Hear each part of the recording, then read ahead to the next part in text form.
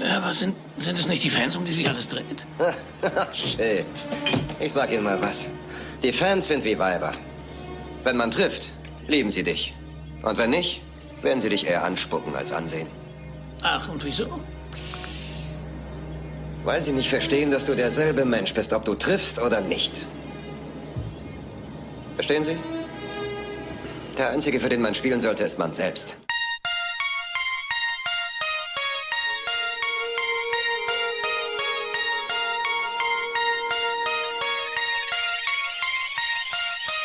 I've got scars on top of scars. I've Low got speed, scars on baby. top of scars.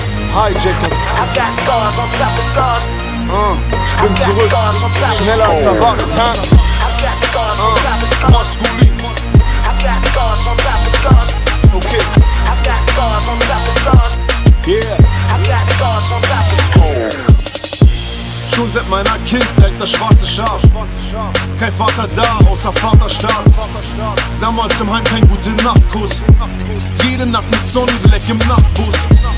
Trains malen, die Außenseiter. Giat und ich laufen weiter.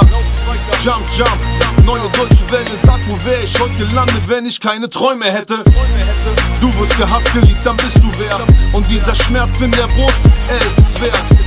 Superstar, prominent, South Beach, Miami, die Sonne brennt.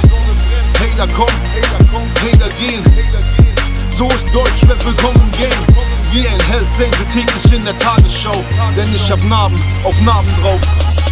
I've got scars on top of scars. Du weißt Bescheid, I've got scars on top of scars. die nennen mich I've got Flair. scars on top of scars.